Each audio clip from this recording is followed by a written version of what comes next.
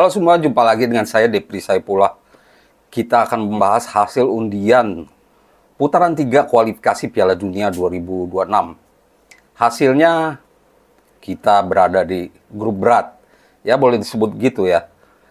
Ya tidak sesuai dengan prediksi saya yang berharap kita bisa mendapatkan lawan yang ringan. Indonesia satu grup dengan Jepang, Australia, Arab Saudi, Bahrain, dan Cina.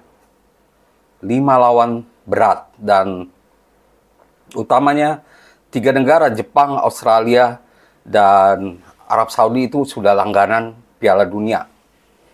Dan ada satu fun fact, yaitu bahwa Jepang, Arab Saudi, Australia, dan Cina juga pada putaran 3 2022 lalu, mereka satu grup, yaitu di grup B.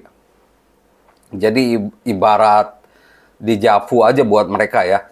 Sedangkan buat kita, Indonesia, ini jadi pengalaman pertama dan tentunya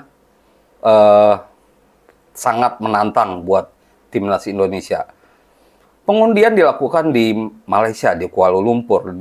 Pengundian dilakukan dengan cara membuka dulu pot 6 yang diisi oleh Korea Utara, Kuwait, dan Indonesia. Ternyata kita berada di grup C. Lalu pot 5, pot 4, 3, 2, 1, sampai akhirnya pot 1, di mana kita berharap bisa bertemu Korea Selatan. Ternyata kita menghadapi lawan yang lebih berat, Jepang. Ya Korea Selatan, Iran juga berat. Tapi seperti harapan Sintayong, kita sebenarnya menginginkan jumpa dengan Korea Selatan.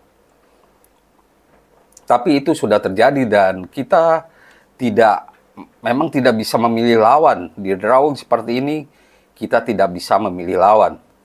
Yang perlu kita lakukan adalah meraih hasil maksimal. Dan seperti yang dikatakan Sintayong, target realistis Indonesia adalah berada di peringkat 3 dan 4. Kita memang cukup sulit untuk lolos langsung dari putaran 3. Kita mungkin harus melalui putaran 4 dulu dengan meraih posisi 3 dan 4. Nah, berkaca kepada putaran 3 kualifikasi Piala Dunia 2022 lalu, untuk meraih posisi 3 dan 4 itu paling tidak kita membutuhkan 3 kali kemenangan dan 3 kali imbang atau sekitar 12 poin. Nah, kita berada di grup berat, tapi saya masih melihat celah Indonesia bisa berada di posisi 3 dan 4. Karena realistisnya posisi 1 dan 2 itu ya Arab Saudi dan Jepang lah mungkin ya.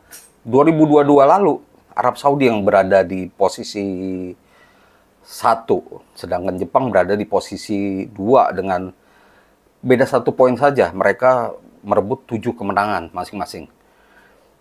Nah, realistisnya 1-2 itu ya, Jepang, Arab Saudi, dan Australia. Kita paling mungkin berada di posisi 3 atau 4 di atas Bahrain dan Cina. Nah, untuk mencapai target itu bagaimana? Saya melihat ada celah. Dan ini prediksi ya. Hitung-hitungan saya yaitu kita bisa mengincar 2 kemenangan di kandang saat menghadapi Cina dan Bahrain. Setelah itu kita juga mengincar hasil imbang saat tandang di markas Cina dan Bahrain. Itu artinya kita sudah meraih sekitar 8 poin. Nah, kita masih butuh 1 poin, 4 poin lagi. Nah, itu diraih dengan 1 kemenangan dan 1 hasil imbang. Lalu, di mana lagi kita bisa meraih kemenangan, 1 kemenangan dan 1 kali imbang? Perhitungan saya, itu bisa dilakukan saat Indonesia menghadapi Australia di kandang. Setelah itu hasil imbangnya bisa diraih saat kita tandang ke Australia atau Arab Saudi. Tapi perhitungan ini bisa saja tidak terjadi. Bisa saja yang terjadi adalah kita meraih kemenangan ditandang saat melawan misalkan Cina. Jadi kita meraih 2 kemenangan, kandang dan kandang melawan Cina. Soalnya di peringkat ranking FIFA, ya Cina yang paling bukan dekat juga. Cina berada di posisi 8, sedangkan Bahrain di posisi peringkat 81. Jadi ya paling ini melawan Cina ya, bisa merebut 2 kemenangan. Itu hitung-hitungan dari saya, prediksinya seperti itu. Dan tentunya perhitungan-perhitungan ini tergantung dinamika di grup. Tapi kalau untuk posisi 4 menurut saya realistis. Tapi kalau posisi 3, paling tidak harus bisa aman, itu meraih 4 kemenangan. Nah, hitungannya seperti tadi itu. Kalau posisi 4 itu 3 kemenangan, 3 imbang, berarti 12 poin. Kalau posisi 3, 4 kemenangan, 3 kali imbang. Nah, kalau hitungan seperti itu ya, seperti yang saya katakan, kita bisa menang tandang dan kandang lawan Cina. Dan kebetulan sih menurut saya, Cina sedang tidak ada di fase yang begitu bagus. Cina termasuk lawan yang paling mungkin kita kalahkan di 2 laga. Ya emang tidak mudah ya, karena kita berkaca ke putaran 2 di mana Cina juga sempat kesulitan ya lawan Thailand ya. Jadi ukurannya sebagai tim dari Asia Tenggara kita bisa meraih kemenangan lawan Cina di 2 laga. Kalau kita ingin meraih posisi ketiga. Namun semua itu tentu tidak mudah ya. Seperti yang saya sebutkan, kedua negara Cina dan Bahrain ada di peringkatnya ada di atas kita, tapi peringkat hanya status saja. Hanya ya memang apresiasi sebagai hasil kerja keras dari hasil timnas. Tapi di lapangan tentu berbeda, semua tergantung persiapan dan kualitas pemain masing-masing negara. Dilihat dari head to head juga kita masih kalah dibandingkan Cina dan Bahrain. Melawan Cina kita 3 kali menang, 3 kali imbang, 11 kali kalah. Itu juga terjadi, kemenangan itu terjadi di tahun 57, 71, dan 85 ya.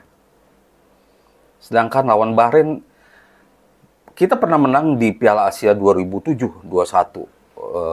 Waktu itu gol dari Budi Sudarsono. Waktu itu Budi Piton yang main bagus dan mencetak gol kemenangan.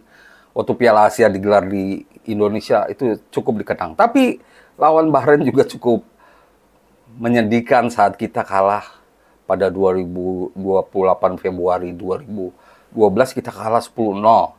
Itu jadi petaka juga. Tapi kondisinya kan berbeda. Sekarang kondisinya berbeda. Sedangkan lawan Cina kita terakhir main itu tahun 2013 di Piala Asia ya, kualifikasi Piala Asia sepertinya. Dan kita juga meraih menelan kekalahan. Tapi itu hanya head to head, dan menurut saya kita bisa melupakan hasil-hasil buruk itu. Dan yang paling realistis memang memaksimalkan kemenangan lawan 2 negara itu. Sedangkan negara lain seperti Australia, Arab Saudi, dan Jepang, ya bukannya pesimis, tapi ya kualitas mereka memang lebih di atas. Tapi dari semua penjelasan saya ini tentu kita berharap ada kejutan-kejutan lain di laga lain ya. Seperti saat kita melawan Jepang di kandang, atau melawan Arab Saudi di kandang. Semoga bisa meraih poin ya, 1 poin gitu. Kan tambah lagi. Jadi semua kemungkinan terbuka, dan siapa tahu timnas Indonesia bisa membuat kejutan di kualifikasi Piala Dunia 2023 zona Asia putaran 3, dan kita semua bisa melaju ke putaran 4 atau bahkan putaran 3, tapi itu rasanya susah ya. Tapi siapa yang tahu, dan Sintayong pun realistis hanya posisi 3 dan 4. Lalu kita di putaran 4 meraih kemenangan lagi sampai akhirnya lolos ke Piala Dunia. Jangan sampai playoff. Demikian teman-teman urusan saya soal hasil drawing putaran 3 kualifikasi Piala Dunia 2026. Semoga menjadi informasi yang baik dan bermanfaat untuk teman-teman semua. Terima kasih dan salam olahraga.